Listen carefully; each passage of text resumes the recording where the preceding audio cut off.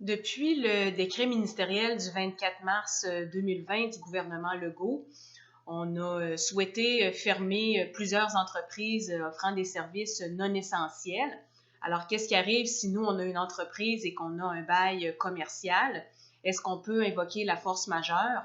Je vous invite à regarder notre capsule au niveau de la force majeure et notre capsule aussi au niveau de l'exécution des contrats en contexte de force majeure qui sont nos deux capsules précédentes. Alors, ce qu'il faut regarder dans un premier temps, c'est bien sûr au niveau du bail commercial, quelles ont été les situations pour lesquelles on pouvait être exonéré du paiement du loyer, alors où est-ce les situations dans lesquelles on n'a pas à payer notre loyer, donc est-ce que la force majeure est prévue? Si oui, est-ce qu'on considère rentrer dans ces critères-là avec la situation actuelle au Québec? Si oui, on peut bien sûr l'invoquer au niveau du locataire. Par contre, si on ne rentre pas dans les définitions qui ont déjà été prévues, c'est de regarder, bon, est-ce que le locataire lui-même est en défaut d'exécution de son obligation? Est-ce qu'il vous empêche d'accéder aux locaux? Est-ce qu'il vous empêche d'accéder au stationnement? Etc.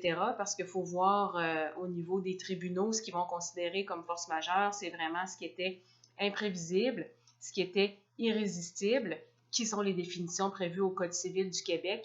Et il faut voir, bien sûr, si à ce moment-là, vous pouvez être exonéré de vos obligations et de voir si le locataire l'a été également.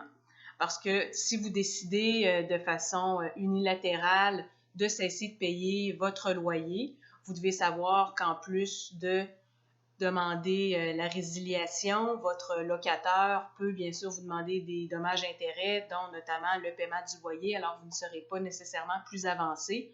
Ce qui est recommandé, c'est principalement d'essayer d'établir une entente écrite avec le locataire qui pourrait, s'il le désire, vous accorder un certain délai de paiement ou une réduction du loyer momentanée pendant la période de la pandémie.